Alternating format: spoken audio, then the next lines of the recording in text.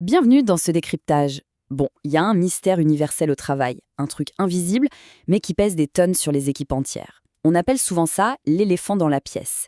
C'est ce poids silencieux qui flotte dans l'air en pleine réunion, cette vérité incontournable que tout le monde connaît pertinemment, mais que personne n'ose jamais formuler à voix haute. C'est un peu comme ignorer poliment le collègue qui fait réchauffer son poisson au micro-ondes, sauf que là, les conséquences professionnelles sont désastreuses. Dans notre analyse du jour, on va décortiquer les recherches pour comprendre ce qu'est exactement ce silence collectif.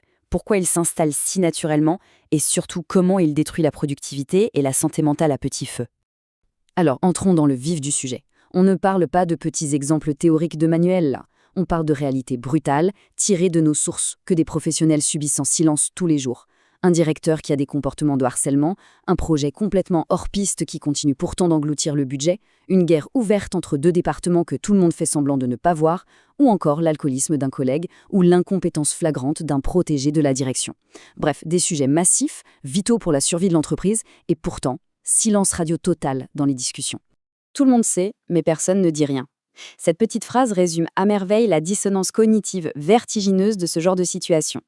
Et c'est super important de capter un truc ici. Ce n'est pas un simple oubli ou une étourdirie du management. Ce silence collectif, c'est un mécanisme complètement délibéré, invisible et redoutablement efficace. Une force active qui paralyse tout. C'est quand même fascinant de se dire que des groupes d'adultes intelligents choisissent, tous ensemble, de fermer les yeux pour créer une sorte de réalité alternative au bureau. Partie 1. Le pacte dénégatif, ou cet accord totalement inconscient. En fait, c'est le psychanalyste René Caes qui a mis des mots ultra précis là-dessus. Il a théorisé ce concept sous le nom de pacte dénégatif. Concrètement, c'est un accord complètement inconscient entre les membres d'un groupe sur un sujet précis dont il ne sera jamais, au grand jamais, question. Et ce qui est brillant dans cette théorie, c'est qu'elle prend ce qu'on pourrait voir à tort comme une simple gêne pour l'élever au rang de véritable tactique de survie psychologique. C'est carrément l'inconscient du groupe qui prend le volant pour protéger tout le monde. Et la raison d'être de ce pacte, elle est finalement très logique. Le contraste est juste frappant. D'un côté, le coût de la parole. Briser le silence et s'exposer direct au conflit ouvert, au risque de sanctions, voire à l'exclusion pure et simple du groupe. De l'autre côté, le coût du silence, qui lui offre une récompense immédiate, la survie dans un environnement hostile. L'instinct de meute prend le dessus. Le cerveau calcule en une fraction de seconde que parler est un danger mortel, alors que se taire garantit notre sécurité immédiate. Mais le détail le plus fou, le plus insidieux relevé par les experts, c'est ça. Personne ne s'est réuni pour décider de se taire.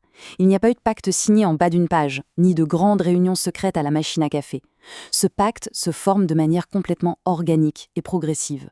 Chacun observe les autres, jauge les non-dits et adopte le silence par pur mimétisme.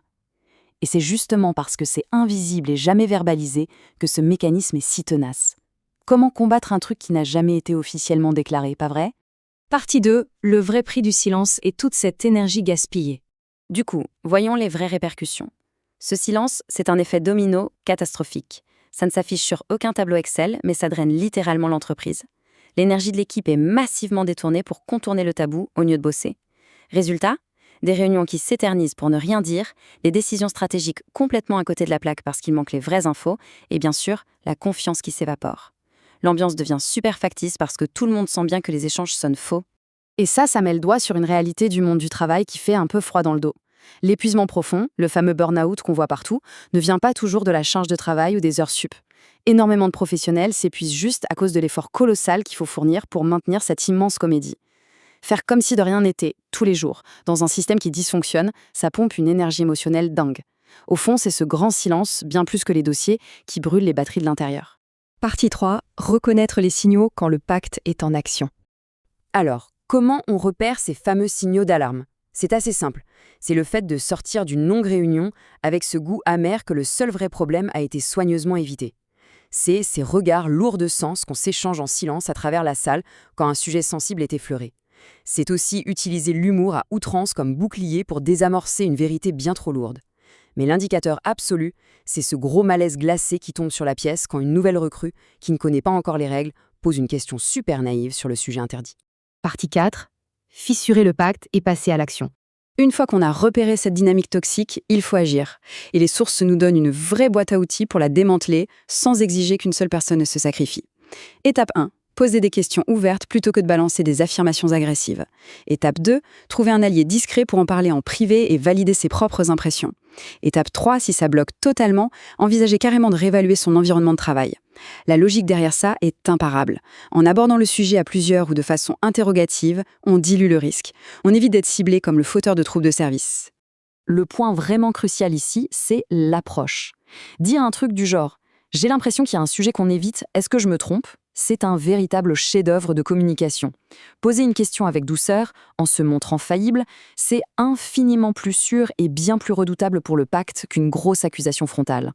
Ça laisse aux autres l'espace pour en parler sans perdre la face, et ça crée la toute première fissure dans ce grand mur de silence. Pour clôturer ce décryptage, on reste avec cette interrogation existentielle extrêmement puissante posée par nos textes. Est-ce que ça vaut vraiment le coup de griller son énergie vitale pour maintenir en place un silence qui, au final, détruit tout ? C'est une réflexion profonde sur le prix réel de ce confort apparent. Faut-il vraiment sacrifier son intégrité et sa santé psychologique juste pour garder une paix d'entreprise totalement artificielle ? C'est la grande question de fond et elle mérite sérieusement qu'on y réfléchisse.